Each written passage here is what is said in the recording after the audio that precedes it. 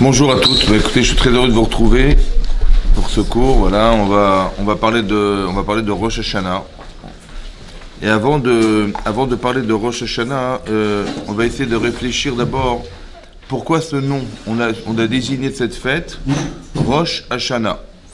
Oui.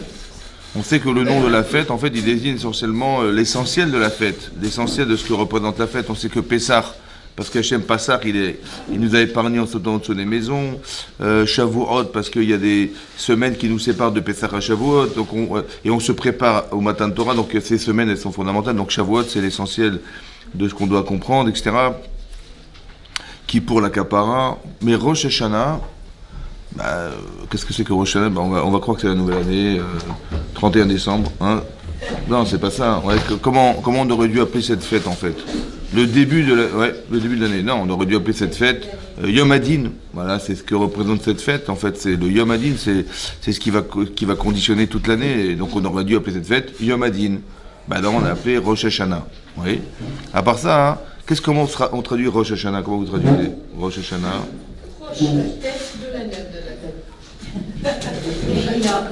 C'est bizarre. Hein? Bizarre. On aurait dit Reshit Hashanah. Si déjà. Reshit Hashanah ou Trilat Hashanah, on aurait dû dire. Même si c'était, voilà, on l'a pas compris, mais si on devait appeler cette fête le commencement de quelque chose, on aurait dû Reshit Hashanah. Maintenant, Rosh est l'image de la tête. Oui, pourquoi nous avoir dit qu'elle s'appelle l'image de la tête? Ouais, une image. On a mis une image, on a mis Rosh. Qu'est-ce que c'est que la tête? La tête dans le corps, je pense que c'est l'essentiel qui articule le corps. Ouais. Comme c'est qu'on voulait nous faire comprendre que Rosh Hashanah, ouais, c'est l'essentiel de l'année. Le Rosh, le cerveau qui va articuler l'année. Comme c'est que tout est pensé le jour de Rosh Hashanah. Oui, Rosh Hashanah. Oui. Le mot Shana veut dire aussi, l'année veut dire aussi Shinouï. Shana, Shinouï, ça veut dire un changement. C'est quelque chose qui doit changer. Il doit y avoir on va réfléchir, ouais, on va intellectualiser en fait cette année et on va penser qu'il va y avoir des changements. Il faut qu'il se passe quelque chose dans l'année. Rosh Hashanah. À part ça, la Gemara elle explique que, évidemment que Rosh Hashanah est un jour de din, de jugement d'Hachem. La question est de savoir est-ce que le jugement d'Hachem il se fait sur le passé. Voilà, qu'est-ce qu'elle a fait Madame cette année. Voilà. Et on va juger en fonction de l'année passée ce qu'on va faire d'elle l'année prochaine. Ouais. Mais en fonction de l'année passée. Ou bien que Rosh Hashanah, le jugement il est sur le futur exclusivement. Ouais, c'est-à-dire qu'est-ce qu'on va faire. Oui, on va dire, on va juger la personne. D'accord? Donc on va dire, qu'est-ce qu'elle a fait, quels sont les délits, quelles sont les bonnes choses qu'elle a faites. Et on va juger. Et on va condamner, ou on va gratifier la personne. C'est ça qu'on va faire. On va juger. Comme si que l'année, c'était le jugement de savoir est-ce qu'on va passer l'année ou pas. Oui? Alors on va juger sur le passé. Ou bien non. En fait, il n'y a rien sur le passé, tout est dans le futur. Qu'est-ce qui nous fait dire que c'est sur le futur? D'abord parce que Rosh Hashanah, ça tombe le premier jour de l'année entamée. Alors que si on était jugé sur l'année passée, on aurait dû nous juger le dernier jour de l'année entamée. Le dernier jour de l'année précédente, pardon. Ouais. Est-ce qu'on va mériter l'année prochaine? Donc on aurait dû nous juger l'année d'avant. À part ça, hein, si c'était logique de cette manière, on aurait dû faire Kippour avant. Oui, ça aurait été logique de faire Kippour, faites Teshuvah, etc. Essayer d'éliminer le maximum de choses, la Teshuvah, c'est pas seulement d'éliminer, mais c'est aussi de bonifier, de savoir, tiens, voilà, j'ai pas bien fait ça, je devrais me faire mieux, je fais Teshuvah, ou bien le contraire, j'ai fait des avérotes, il faut que je m'en débarrasse, les influences qu'on passait sur moi, etc. Et après qu'on ait fait tout ce travail, alors effectivement, on va être jugé, on verra si effectivement on a fait donc, un examen de conscience, et après, on aurait fait Rosh Hashanah, mais on fait l'inverse. D'abord, on fait Rosh Hashanah, et après, 10 jours plus tard, Kippour. Il faut comprendre la logique de ça. À part ça, c'est marqué dans la Gemara que Amar Krus Pedai, Shlosha Sfarim Niftarim et Rosh Hashanah. Il y a 3 livres ouverts devant Hachem. Oui. Il y a le livre des Tzadikim, le livre des Rishaim et le livre des Benonim. Oui. Le livre des Tzadikim. Alors là-bas, c'est marqué que si quelqu'un est Tzadik à Rosh Hashanah, Nertav ve Nertam, ça veut dire qu'il est inscrit et il est scellé. On a mis un sceau. Les Chaim Tovim, donc il va vivre les Altar tout de suite, il va vivre, voilà, les Chaim Tovim. Celui qui est Racha, c'est le contraire, et le Benoni, celui qui est partagé, moitié-moitié, alors lui il est Taloui Ve'omed, il est suspendu et il se tient ad Yom Kippourim jusqu'au jour de Kippour. S'il fait Teshuvah, dit le Rambam, super, sinon, on s'arrête là. Ça va? Pourquoi c'est la teshuva? Le quelqu'un qui est Benoni, il est partagé, ouais, il devrait faire plus de mitzvot. À Seretier et Teshuva, les 10 jours de pénitence, c'est une manière de dire, écoute, il faut booster, fais des mitzvot. Et comme ça, tu vas faire contrebalancer la balance. Non, on dit non, il faut faire Teshuva. À part ça, c'est marqué comme ça. Le Tosfot, il ramène là-bas dans la Gemara, il dit comme ça. Le Benoni, c'est quoi un Benoni? Benoni, il est moyen. Moyen, ça veut dire quoi moyen? Ça veut dire il fait une mitzvah, il fait une avera, il fait une mitzvah, il fait la moyenne. Bon, la moyenne, il est passable. Voilà, moyenne. Ça va? Donc c'est quoi le tzaddik? Comment?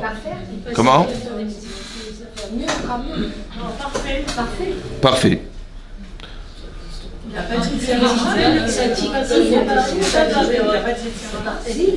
C'est quoi le... attendez comme ça. Si le Benoni... Attendez comme ça. Quelqu'un qui est tzaddik, il n'est pas Benoni. Oui, bien sûr. D'accord. Donc il n'est pas Benoni. Donc à partir de quand on n'est plus Benoni? On a plus de mitzvah. Chazak. Bon, mathématiquement, c'est que si on a plus de mitzvah que d'avera, on n'a pas dit 100%. On a dit un peu plus que 50%. Alors on est considéré comme une tzadikette. C'est ça, oui ou non? Comme ça dit Tosfot. C'est logique. Parce que si quelqu'un il est tzaddik, il n'est forcément pas Benoni, puisqu'on a déterminé que Benoni c'est celui qui est partagé, donc celui qui n'est pas Benoni c'est celui qui n'est pas partagé. Et le rachat, c'est le contraire aussi. C'est-à-dire qu'il a plus d'avera que de mitzvah. Comme ça dit Tosfot. De façon majoritaire. Ça va? Deux questions.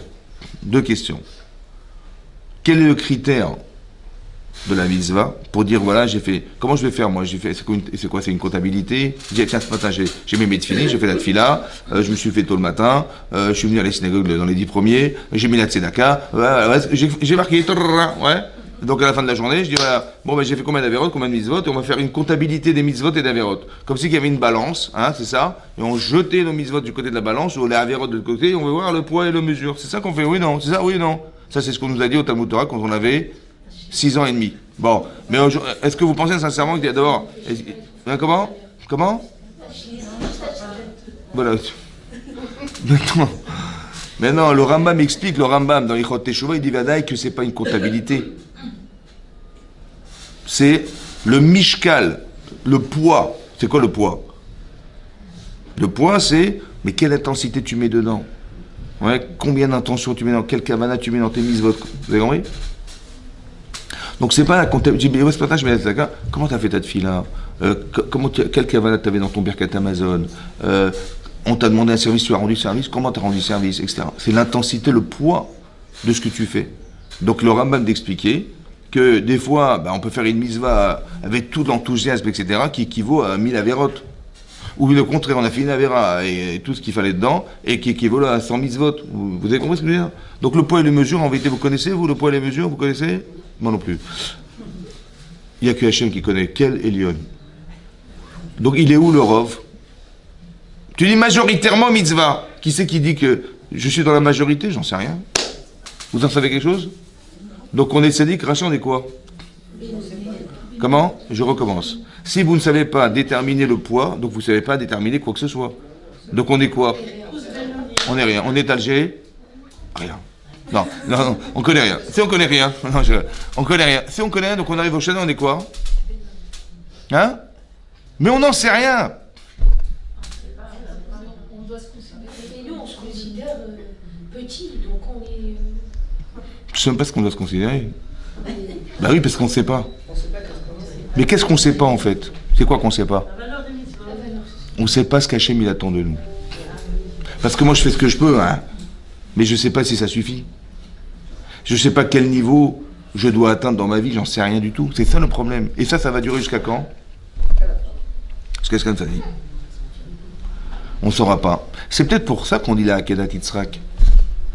Parce qu'Avram, il ne savait pas. Il ne sait pas, qu'est-ce que je dois faire? On me demande un truc qui est complexe, quand même. Il doit se remettre en cause complètement et se livrer à Hachem de façon catégorique pour arriver à entrer dans cet acte-là. Mais vous avez compris? On est dans un illogisme et dans quelque chose de complètement inhumain qui fait dire que, mais si Hachem il t'a demandé de le faire, mais fais-le. Combien? Mais j'en sais rien. Il doit aller au bout de lui-même. Vous avez compris? C'est ça. Au bout de quoi, finalement? Au bout de quoi? C'est ça qu'il faut comprendre. Alors peut-être avant de rentrer dans Rosh Hashanah, c'est à comprendre qu'est-ce que c'était que le mois d'Elul. Le mois d'Elul. Oui. Vous savez qu'il y a 2 versets dans Shir HaShirim. 1 et 2. Là, il y a 2 versets. Un dans le 2e Pérec et un dans le 6e. Le 2e Pérec qui est marqué est Dodili, Va'anilo, Aroe Bashoshanim. Dodili. Dodili, ça veut dire mon bien-aimé, en parlant d'Hachem. Li, il est pour moi. Va'anilo. Et moi, je suis pour lui. Aroe Bashoshanim. Et dans le 6e chapitre, c'est marqué Ani les Dodi, Vedodili, Aroe Bashoshanim. Vous avez vu? Au départ, c'est Dodili, Ve'anilo. Dodili, mon bien-aimé est pour moi, Ve'anilo, et moi je suis pour lui. Et après, c'est marqué l'inverse. Ani les Dodi, moi je suis tourné vers mon bien-aimé, Vedodili, et après il vient. Ça va? Ça va? Vous savez que Ani les Dodi, Vedodili, c'est les rachetevot, les premières lettres des mots, c'est Elul.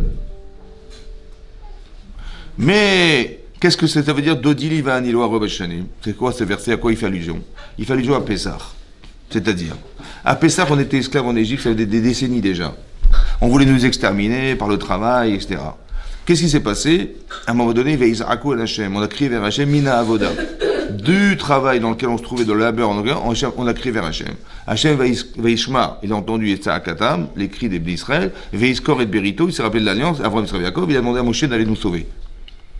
Bon, il y a eu des plaies d'Égypte, mais extraordinaires, spectaculaires. Hachem, il nous fait des choses incroyables. Moshe, il fait appel à Hachem, Dam, Sfardé, Akini, Marov, incroyable ce qui se passe. Oui. Après, on sort d'Égypte, un pays dans lequel on n'aurait même pas imaginé ce qu'on sortir d'Égypte. Impossible. On est sorti d'Égypte. Au bout de 7 jours, on voit les Égyptiens arriver, ça va, et là, on a eu très peur, parce qu'on les a vus rentrer, on est arrivé, on dit, il y a des gens qui se sont plaints auprès de Moshe Rabbeinu, prétextant qu'on allait tous mourir. C'est ça, hein. Ils ont dit, mais qu'est-ce qu'on a été faire de sortir d'Égypte? Ouais, j'aurais préféré, Tovli, d'être Eved en Mitzrayim. J'aurais préféré rester vivant, souffrir, que de mourir. Voilà ce qu'ils ont dit.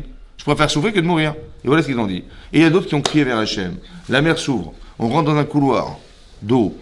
On rentre dans ce couloir et on voit les Égyptiens qui nous courent derrière. Et on ne sait pas si on va s'en sortir, etc. La mer va se retourner contre eux. Ils vont se noyer. On a vu Met al-Sefatahem, on a fait la Shira. Et là, c'est marqué Vaya Minou Bachem, Uv Moshe Avdo. Et là, on a atteint un niveau d'émouna extrême. Ouais, grâce au fait que voilà ce qui nous est arrivé. Ça va? Ça, c'est qui a fait tout ce travail? Dodili. Dodili. Maintenant que Dodili, alors Anilo. On ne peut pas renier qu'Hachem nous a sauvé la vie. On nous a sauvé la noyade, on nous a sauvé la vie. On peut être que reconnaissante vis-à-vis d'Hachem. Mais ça a démarré à Pessah. Il faut qu'Hachem existe pour soi. Donc il faut qu'il nous montre des choses incroyables et dans lesquelles j'ai une reconnaissance infinie. Donc Dodili. Ça, c'était Pessah. Maintenant que Dodili, alors on va recevoir la Torah, Matan Torah, évidemment, à Nilo, évidemment, je vais accepter tout ça. C'est évidemment comme ça que ça se passe. Mais on a fait le veau d'or. Il y a eu les Meraglim, Tisha B'Av, etc. On a fauté. Alors, il va falloir passer à un autre cycle. C'est que maintenant, c'est l'inverse. C'est Ani les Dodi et Dodili. C'est moi qui vais me tourner vers lui.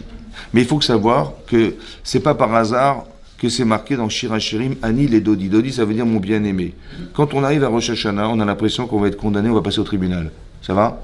Maintenant, le juge, il est intransigeant. C'est vrai qu'il est intransigeant, c'est vrai. Mais Dodi, ça reste mon bien-aimé. Ça veut dire qu'il fait tout dans l'intérêt de soi. Réfléchissez à ça, c'est très important. Il y a d'un côté, on est partagé entre la peur et de savoir que c'est Hachem qui nous aime, qui nous juge.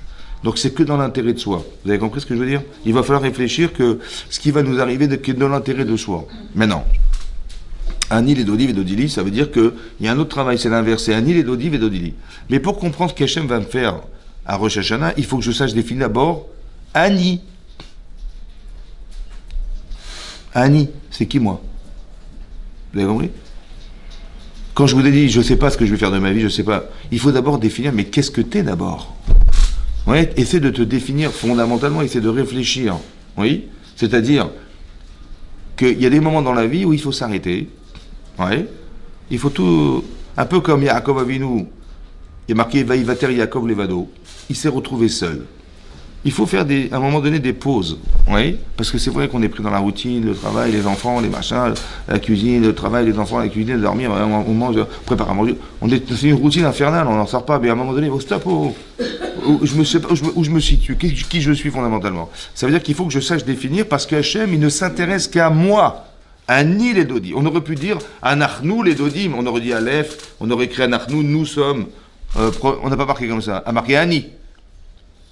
Ani, ça veut dire que c'est moi qui vais me retrouver. C'est un peu ce qui est marqué dans la Mishnah, qu'on passe tous devant un Kadosh Baruch Hu qui est Bnei Maron. C'est quoi les Bnei Maron? Il y a 3 explications dans la Gemara. Une explication, c'est d'expliquer, c'est comme les moutons, un par un. Il y a une petite porte, on passe un par un, individuellement. On a rendez-vous individuellement avec Hachem. Ou bien, comme Abayid explique là-bas, il dit, c'est comme dans un couloir. On est sur un chemin, il y a des ravins à droite à gauche, et on passe tout seul. Personne ne peut passer à droite à gauche. L'individualité du rapport avec Hachem. Ani les Dodi, je me retrouve face à lui. Donc, il faut que je sache que c'est pas par hasard qu'on a mis cette image. C'est une image forte pour dire, je vais être face à lui, quoi. C'est ça, Hachem. Vous avez compris, je vais me retrouver face à lui. Donc, il y a ce rapport de sincérité avec soi-même. Est-ce que tu te mens? Est-ce que tu sais qui tu es? Parce que je vous l'explique.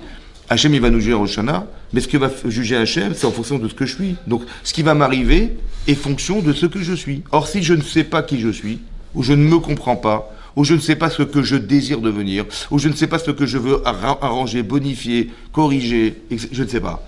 Il va m'arriver des choses qui sont des correcteurs, parce que la vie est une solution.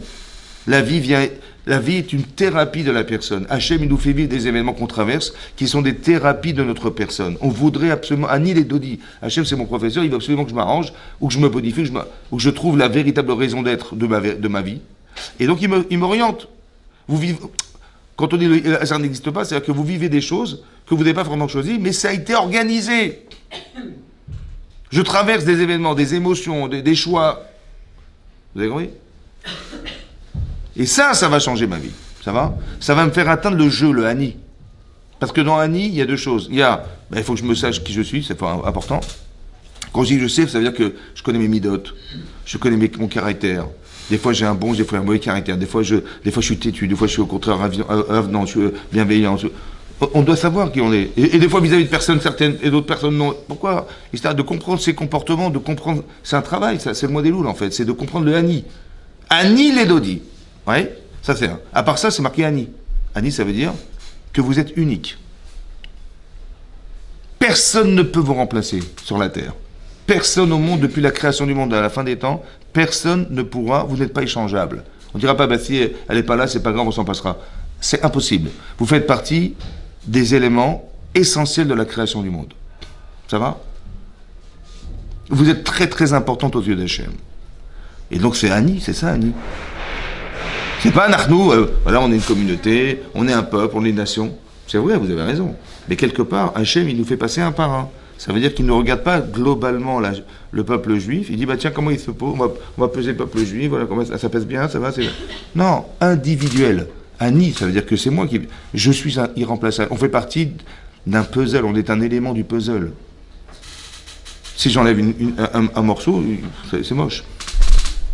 Vous êtes essentiel. Ani. Ça va? Donc on va juger le Ani. C'est marqué dans Rashi Parashat Re'eh. C'est marqué. Hachem, il a un œil tamide, toujours, sur Eretz Israël. Mireshit Hashana, Ad Acharit Shana. Mireshit Rosh. Mireshit Hashana, Ad Acharit Shana. Mireshit Hashana. Vous avez vu comment c'est marqué dans le texte? Reshit Hashana, Ad Acharit Shana. Il n'y a pas marqué Hashana, il y a marqué Shana. À part ça, c'est marqué Mereshit Hashana. On aurait dû mettre en facteur commun Shana. On aurait dû dire Mereshit Ad Acharit Shana. Du début à la fin, comme ça on dit en français, du début à la fin de l'année. Non, du début de l'année à la fin de l'année. On accentue sur l'année, le hé. Pourquoi c'est écrit de cette manière? Rachid expliquait comme ça, écoutez bien ce que dit Rachid. Rachid dit que Hashana c'est Rosh Hashanah. Parashat Re'eh, il le dit clairement Rachid. Hashana c'est Rosh Hashanah. Il dit Hachem, il va juger à Rosh Hashanah, Maïe Besofa. Je vois maintenant, qu'est-ce que ça va devenir à la fin de l'année? Ça veut dire qu'on apprend de ce Rashi que le jugement d'Hachem, il n'est pas sur le passé. Il est sur le futur. Ça veut dire qu'on va tous passer devant Hachem. Qu'est-ce que je vais faire d'elle? Comment je vais arranger sa vie? Comment je vais faire qu'elle va changer sa façon d'être? Comment je vais bonifier son rapport avec la vie? Ouais, c'est ça en vérité. Maï Besofa. Ça veut dire que par extrapolation, si on ne se sent pas changé, c'est qu'on a un problème.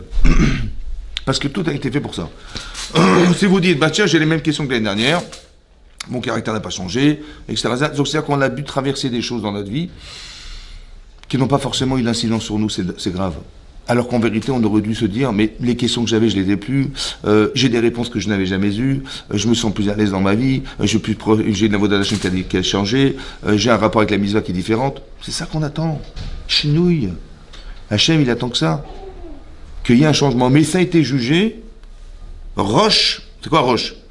Le cerveau, l'essentiel de l'année prochaine, des 365 jours, ils vont se juger dans les 2 jours. Vous avez compris? Rien d'autre ne sera jugé plus tard et rien d'autre avant. Tout est jugé, tout est réfléchi, Roche, Hashanah. Dans l'année, toute l'année, 360 jours, j'avais dit, tiens, qu'est-ce que je vais lui faire traverser cette année? Ça. Des expériences de vie qui ont été concentrées dans 2 jours. Tout est jugé maintenant, vous comprenez? Ça veut dire qu'il faut se préparer à ce jour parce que c'est tel que vous allez être ce jour-là qui compte. Avant, c'est pas nécessaire, et après, c'est trop tard. Ça veut dire qu'il faut être clair que Rosh Hashanah, ouais, on passe devant Hachem. C'est ça. Et donc, c'est ça qui va se passer. Ça peut être, c'est essentiellement spirituel, parce que finalement, ce qu'on nous donne nous permet d'accompagner du spirituel. Si on a la parnassa, si on mange, etc., ça c'est le côté matériel, le côté corporel de la personne. Mais ça, c'est pour aider la neshama à s'épanouir. Vous avez compris, l'essentiel, c'est ce que vous allez devenir.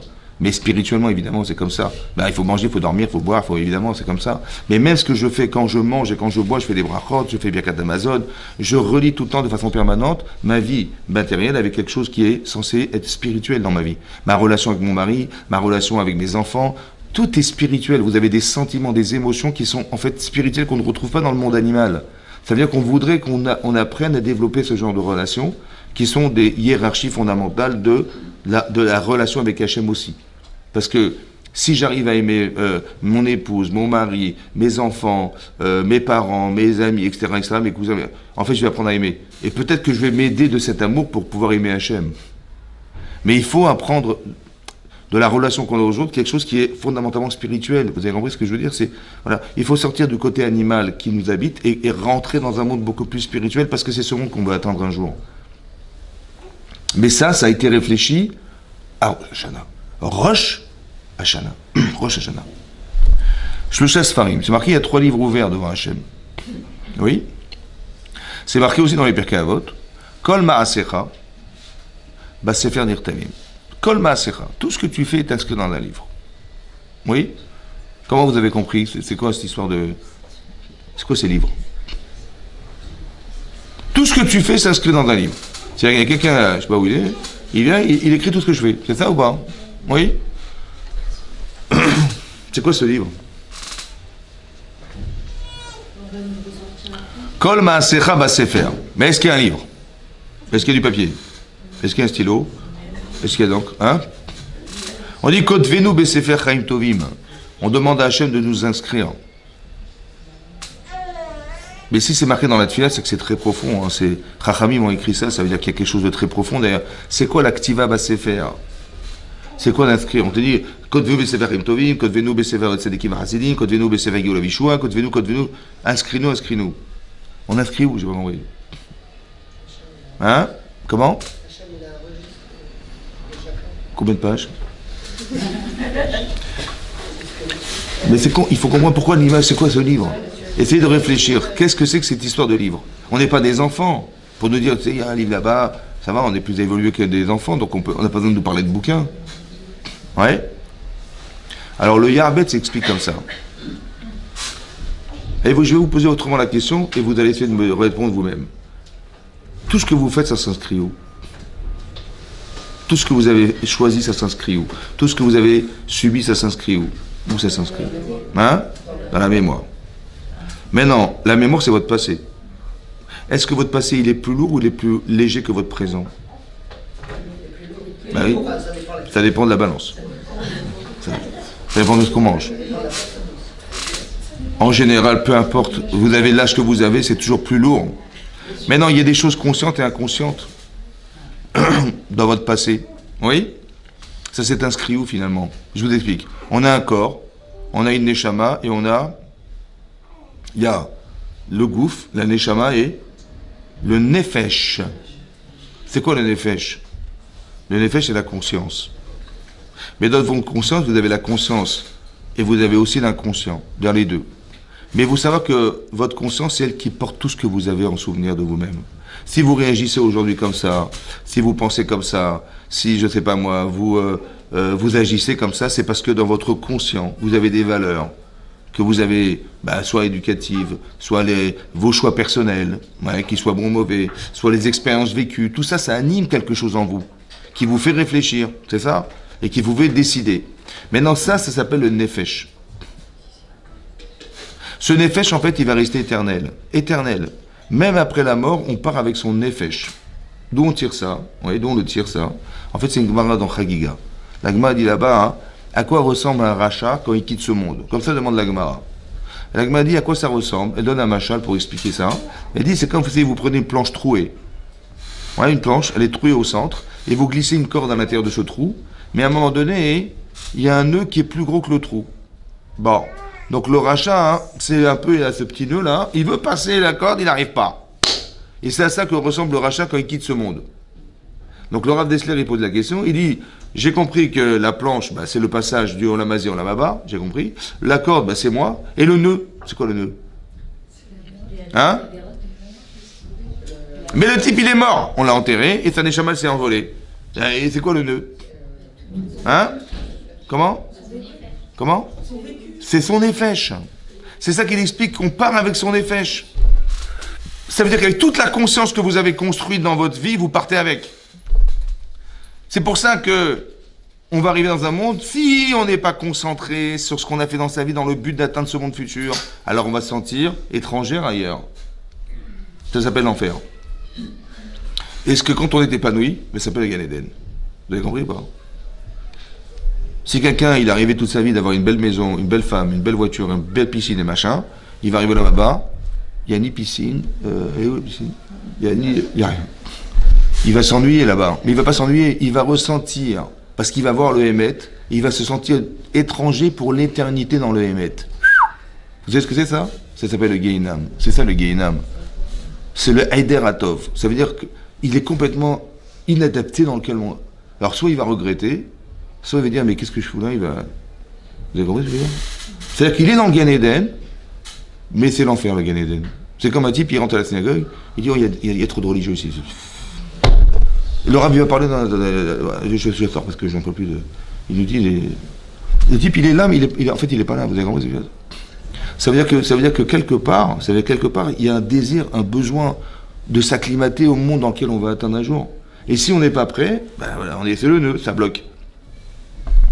Ça veut dire qu'on part avec une conscience. Ça, vous savez ce que c'est ça? C'est le livre. Comme ça, il explique le Ya'abetz. Le Sefer, c'est le Sefer Adam. Tout s'inscrit dans un livre, mais il s'inscrit dans toi. Tu peux te cacher dans une poubelle et faire une avéra. De toute façon, tu dis, mais personne ne m'a vu. Dans une poubelle, personne n'est rentré. J'ai compris, mais tu l'as inscrit en toi. Tu n'étais pas tout seul, tu étais avec toi-même. Et Hachem, il voit pas ce que tu fais, il voit directement ton nefesh. Vous avez compris? Tu rentres avec ton nefesh devant Hachem. Il voit directement. Ça veut dire que si tout est inscrit dans le nefesh, tout est inscrit dans la conscience, donc quand Hachem, je me présente, qu'est-ce qu'il voit? Toute notre vie. Toute ma vie. Ça prend combien de temps? Tout est là. Tout là. Tout est propre et tout est sale, tout est là. Vous avez compris ou pas? Oui, j'ai compris, ouais. Ça veut dire, en fait, quand on arrive au Lamada, finalement, on n'a plus cette... Parce que là, il rentre dans la synagogue et il dit qu'est-ce que je fais là. En fait, il y a son corps qui l'empêche de vivre. Sa conscience. Ouais, la conscience. Quand après, il quitte son corps... La conscience, c'est le nœud. Ça veut dire que sa neshama, elle ne peut pas retrouver son... Non, à cause du nefesh. À cause du nefesh. L'objectif, c'est de construire un nefesh, madame. C'est ça. Elle ne peut pas s'exprimer même après, une fois que le corps n'est plus là. En vérité, je vous explique. La conscience humaine, c'est ça le monde. C'est ça qu'on doit atteindre. D'arriver à construire. Si, par exemple, je vous donne un exemple. Le Rav Dessler, il dit comme ça. Il y a 3 livres ouverts devant Hachem. Ça va? Bon. Il y a le livre des tzadikim, des Rishem et des Benonim. On dit Sifrei Chaim, Sifrei Metim, Sifrei Benonim. C'est aussi marqué comme ça. Alors il dit, mais Sifrei Chaim, je comprends, on juge les vivants, c'est normal, le livre des vivants. Sifrei Metim, c'est bizarre, parce que si on va juger sur le futur, c'est des gens que Chaz Veshem, ils vont pas rester. C'est vrai? Donc on aurait dû dire c'est faire Miché Yamout, au futur. Mais il y a marqué Sifrei Metim au présent. Comment ça se fait? On parle de ceux qui sont vraiment morts. Mais non, il est là le type, il est là, il va se faire juger. Il est vivant. Ils sont idiots aussi parce que comme ils ont apporté des mérites aux gens qui sont morts. Il a marqué Sifrei Metim au présent. Metim au présent. Hein? Alors en vérité, il explique, il dit il y a des gens qui sont des vivants, mais c'est des morts vivants. Mais c'est quoi mort vivant? C'est quoi mort vivant? Mort vivant. Mort vivant, ouais. Par exemple, je vous explique un truc. Le Rav Yerucham de Mir, il a dit comme ça. Si quelqu'un, imaginez-vous, quelqu'un, il fait une avéra. Mais grave, hein, une grande avéra. Et après, il met cette filée, il fait la tfila, il va à la synagogue. Et je dis, ça va, t'es pas dérangé? Il dit, pardon? Non, ça va. Mais tu viens de faire une grande avéra, là. Et tu rentres dans la synagogue. Ça va, tu te sens pas contre? Ben non. Il est maître. C'est quoi maître? Il n'y a pas de ressenti. Comme un mort. Un mort sur un mort. Ben vous le pincez, il ne bouge pas. Si je ne me sens pas contredite par ce que je fais, c'est quelque chose qui ne vit pas. La teshuva, ça passe par la honte. Ça passe par le regret. La teshuva. Mais pour avoir honte, il faut se sentir contredite. Contredite. J'ai l'archouma. Vous avez compris? Mais je ressens, mais même corporellement, j'ai honte, je rougis. Ça va? C'est-à-dire qu'il y a deux formes de honte. Il y a la honte intellectuelle et la honte spirituelle. Quand vous dites, mais comment t'as fait ça? Je dis, bah écoute, ouais, t'as raison, je suis désolé. Ça va? Moi, j'ai compris, je vais changer, t'inquiète pas, je vais changer. Une honte intellectuelle. Mais en fait, mon visage ne rougit rien. Ouais. Ça va? Mais si je rougis de mes fautes, c'est que je ressens profondément quelque chose que j'ai construit émotionnellement, même dans mon corps, pas seulement dans ma tête, mais mon corps ressent. Et là, je me sens contredite, parce que ce que j'ai fait est contraire à ce que j'ai toujours ressenti. Je suis vivante. Vous avez compris? Et donc j'ai honte, et je fais tchouva, et je terminé. C'est ça, vivre, en fait. Vous avez compris? Sifrei Chaim et Sifrei Metim. Ça veut dire que je pense que le pire, c'est le Benoni, quelque part. Parce que le Benoni, il va à la synagogue, il va en boîte de nuit. Ça va? J'ai truc. Il va dans les plages mixtes, machin, il s'en fout. Il y a sa femme à côté de lui, puis il voit des bonnes femmes envoyer de pain. Je lui dis, ça va, tu vas? Ben oui, mais ça va, c'est pas grave, ça va. Je vais me bronzer, oui, alors, il faut bien une plage. J'ai compris, t'as rien trouvé d'autre? Je dis, ben, il n'est pas contredit, il se sent pas mal à l'aise. Vous avez compris ce que je veux dire? Ça vit pas, c'est ça qu'on appelle maître. Maître, ça veut pas dire qu'il est mort. Hein. Par exemple, je sais pas moi, vous connaissez Papon qui a détourné, hein? En 1900, il a envoyé à Drancy 75 000 juifs qu'il a envoyés dans les camps de concentration. Bon. Il a vécu longtemps ou pas, lui? Bon. Mais attendez, donc il arrive à Rosh Hashanah en 1944, ouais, et il a envoyé 75 000 juifs dans les camps de concentration. Ouais, ils sont tous morts. C'est bon? Mais à Rosh Hashanah, il était sadique ou il était rachat? Donc il aurait dû mourir dans l'année. Mais avant, il aurait dû mourir dans l'année ou pas? Il est mort ou pas? Alors c'est-à-dire qu'on a jugé qu'il était sadique. Mais c'est pas possible. C'est pas possible. Donc ça veut dire que qu'est-ce qu'Hachem il juge en fait? C'est quoi le livre des vivants? C'est des gens qu'on va faire vivre. C'est-à-dire qu'on va donner des émotions, on va les rentrer dans le Hémet. Mais ça dépend de toi. Anil et Dodiv et Dodidi, c'est toi qui décides. Hein?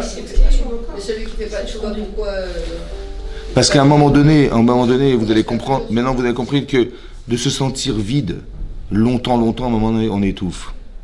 Et on dit non, c'est fini, j'arrête là. C'est-à-dire que même ce livre-là, en fait, il nous amène à penser un jour qu'on va vouloir s'en sortir. Il faut qu'on sorte de cette vie-là. On ne veut plus de cette vie-là. Ouais. Comme quelqu'un, il m'a raconté une fois, il vient me voir, il me dit, à la retraite, ouais, il vient me voir, il était effondré. Je dis, qu'est-ce qui arrive, monsieur? Il dit, écoutez, je me suis rendu compte, parce qu'il était commercial, il partait le dimanche matin, il revenait le vendredi, toute sa vie. Et là, il s'est rendu compte, après, à la retraite, il dit, mais j'ai pas vu ma femme, elle a dû souffrir de manque de présence, mes enfants, je les ai pas vus grandir, mais effondré, le bonhomme.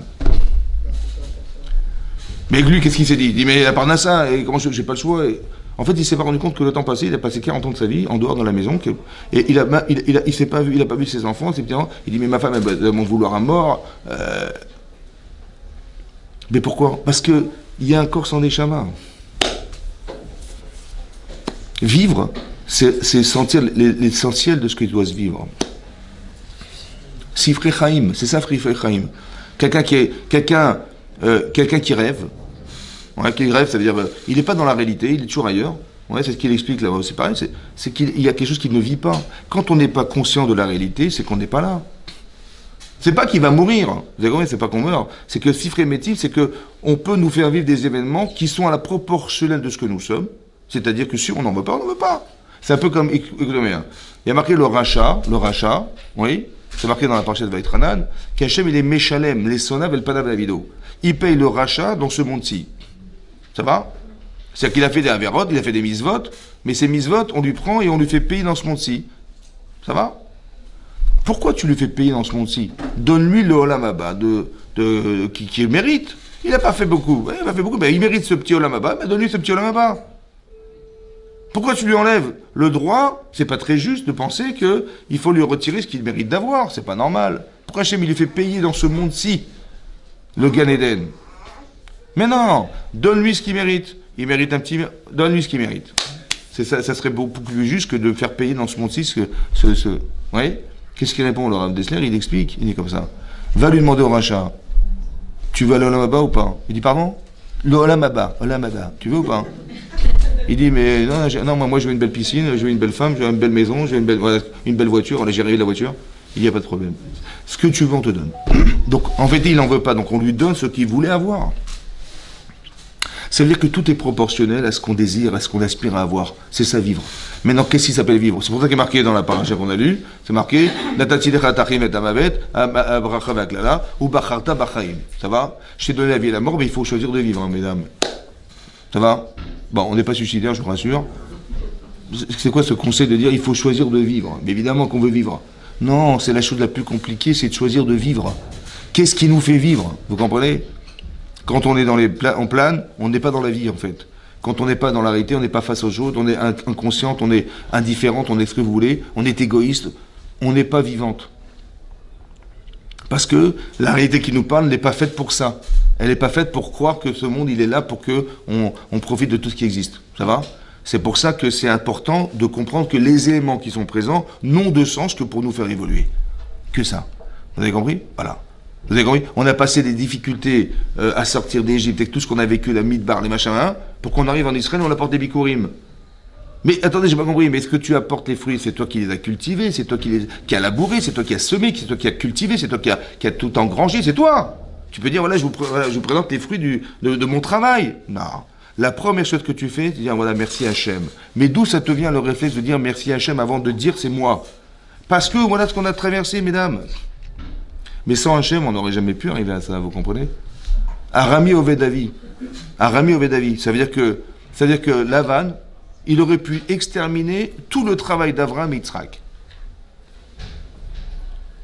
Et grâce à Dieu, Hachem il est venu, il a dit Alte Daber Bito Valra. Ne lui parle pas ni en bien ni en mal.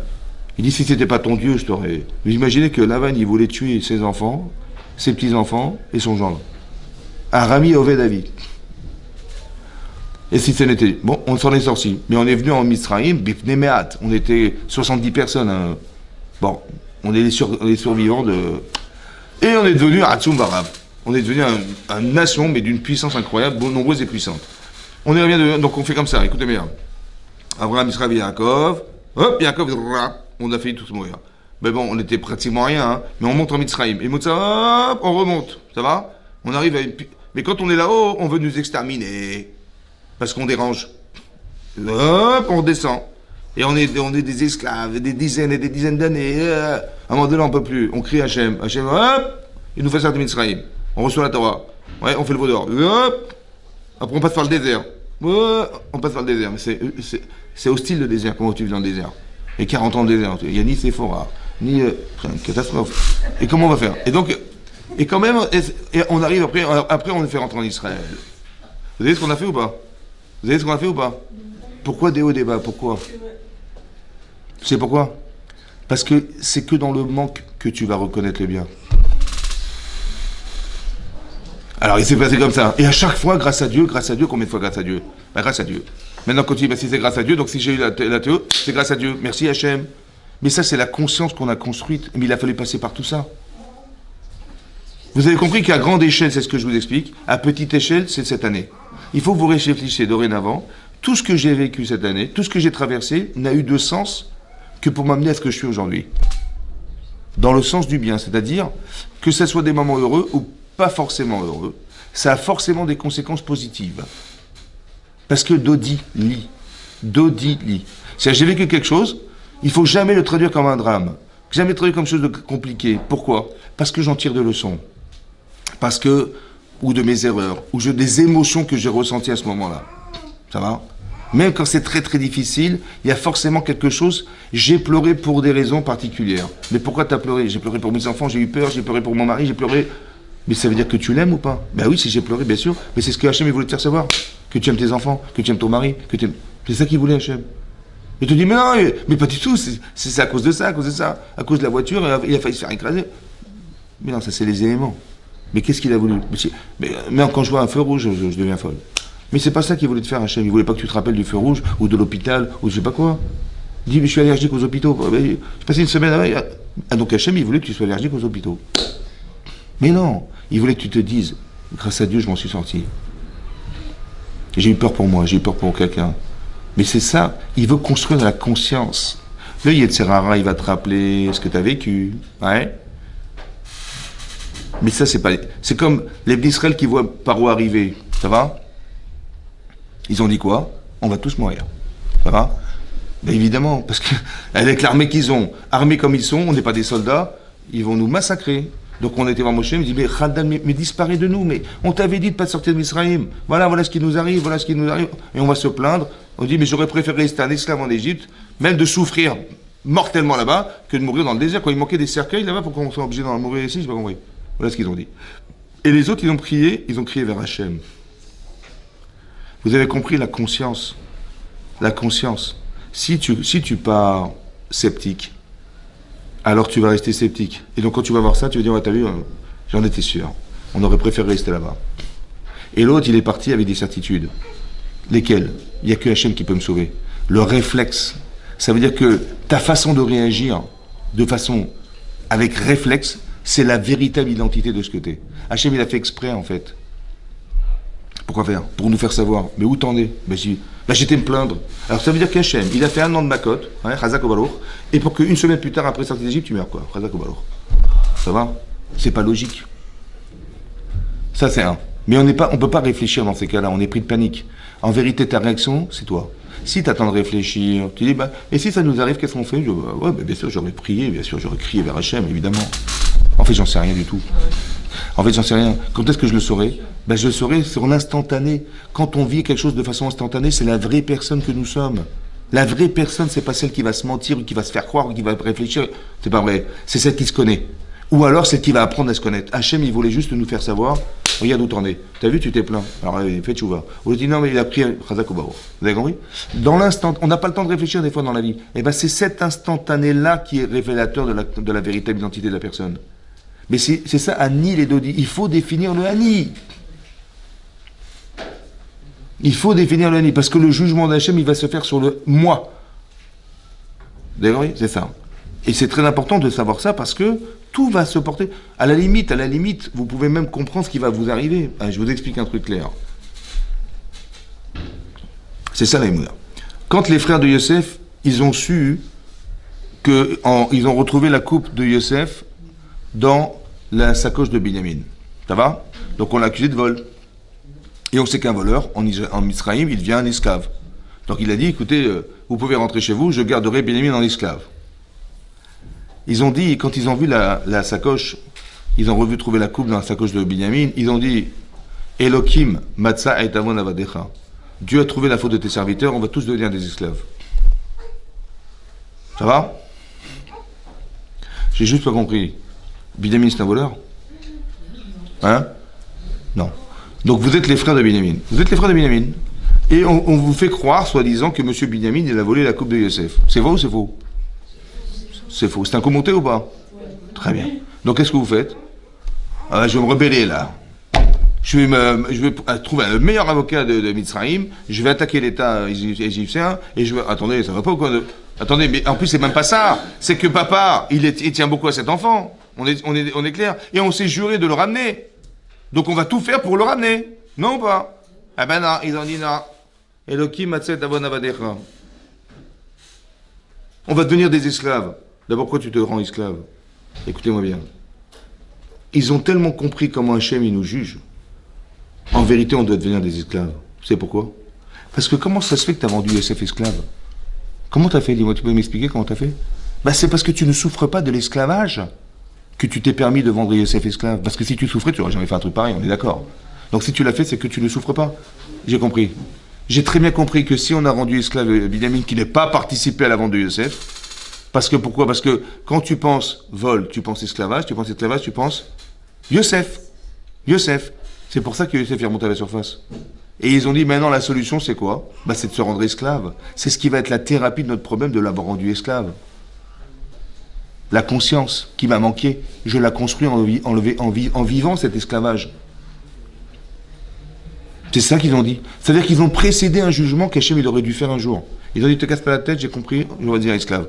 Ça veut dire qu'en fait, ce qu'on vit, ce que Hachem va juger, c'est ce qu'on doit vivre. Que ce soit des moments heureux, moins heureux, tout ce que vous voulez. Mais dans l'intérêt de la personne, juste comprendre que, un, ça a été réfléchi. Deux, c'est forcément dans l'intérêt de soi. Donc arrêtez de ressasser des choses en disant, ah, t'as vu ce qui m'est arrivé là? En fait, quand je me plains auprès de qui? Mais évidemment que c'est Hachem. Bah, il faut être clair, c'est soit c'est lui ou soit c'est pas lui. Mais si c'est pas lui, alors je me plains de ce qui m'arrive, je me plains de monsieur, de madame, de machin, du retard, ce que vous voulez. Mais c'est pas possible. Il faut bien comprendre que derrière, Elohim Matzah et Avon Avadecha, il y a quelque chose qui a été réfléchi par Hachem. Je vis des événements que je traverse qui en vérité ont été réfléchis Rosh Hashanah. Ça a été pensé, réfléchi le jour de Rosh Hashanah. Voilà ce qu'on doit traverser dans cette année. Et Maïe Bessofa, j'espère qu'à la fin de l'année, elle va comprendre ce qui lui arrive. Elle va traverser des événements qui vont l'aider, la bonifier. Et qu'à la fin de l'année, je vais trouver quelqu'un d'autre. Shana, Shinouï. Il faut que ça change. Donc il faut que je me sente évoluer. Je ne suis plus la même femme. Donc soit je prends sur moi ce qu'on prend, soit, en vérité, je vais traverser d'autres qui vont forcément m'amener à devenir cette personne. Forcément. Parce que Anil et Dodi, c'est Dodi qui me juge. D'accord, oui? J'ai pas forcément compris ce qui m'arrive, mais je suis certaine que ça m'a forcément aidé. Forcément aidé. Vous avez compris? Alors, il y a une façon de le comprendre, Yetzeratov, une façon de comprendre Yetzerara. Il y a deux façons. Yetzerara, c'est de dire, mais regardez ce qui m'est arrivé. Yetzeratov, c'est de comprendre, mais qu'est-ce que tu es devenu parce que tu as vécu? C'est comme ça qu'on réfléchit.